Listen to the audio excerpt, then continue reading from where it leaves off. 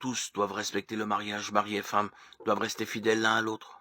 Dieu jugera ceux qui ont une vie immorale et ceux qui sont adultères. Hébreux 13, 14. Lorsque nous faisons alliance avec quelqu'un, nous recevons et nous donnons. Merci Seigneur pour cette journée qui commence et pour toutes les grâces et les bénédictions que tu m'accordes jour après jour.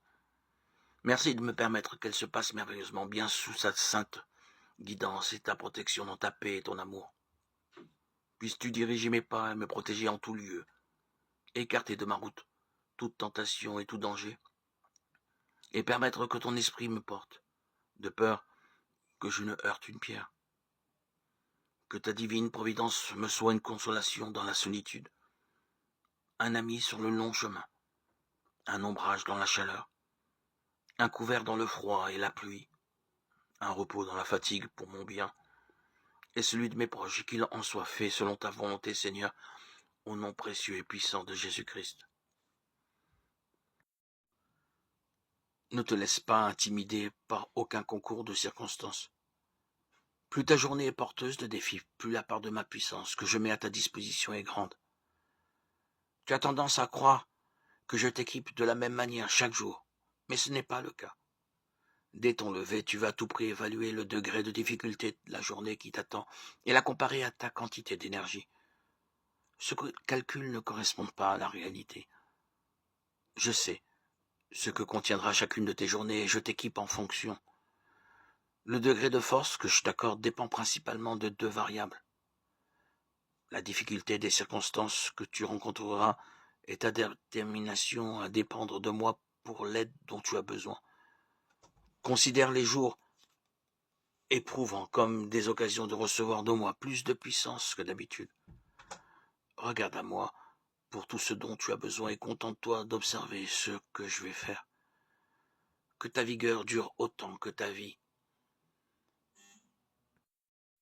Plus la révélation progresse, plus il devient évident que le temps du salut, dans sa plénitude, n'arrivera qu'à la fin des temps. Isaïe 2.2, Amos 5, 18, 20.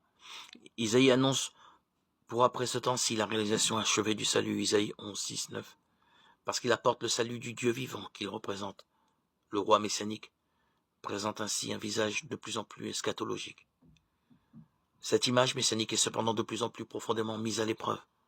Voilà qu'au temps de l'exil, la décadence de la réalité terrestre qui a conduit Israël au péché et au désastre en altère si fortement la signification que la pensée du roi sauveur devient insoutenable, comme en témoigne le langage des prophètes.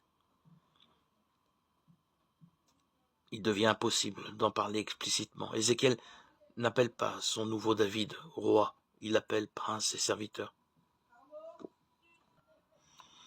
Le futur vainqueur du mal qui oppresse le monde, Genèse 3.15, ne se conçoit plus désormais que dans la lignée des prophètes, qui ont payé de leur vie leur témoignage pour Dieu, en même temps que leur amour pour Israël, leur courage indomptable pour proclamer la parole de Dieu, leur haine du péché, leur souci de l'alliance, leur destin tragique, servent à pressentir les traits du sauveur eschatologique, l'image du serviteur véritable prophète idéalisé, pénètre et transforme peu à peu de l'intérieur l'image du roi messianique.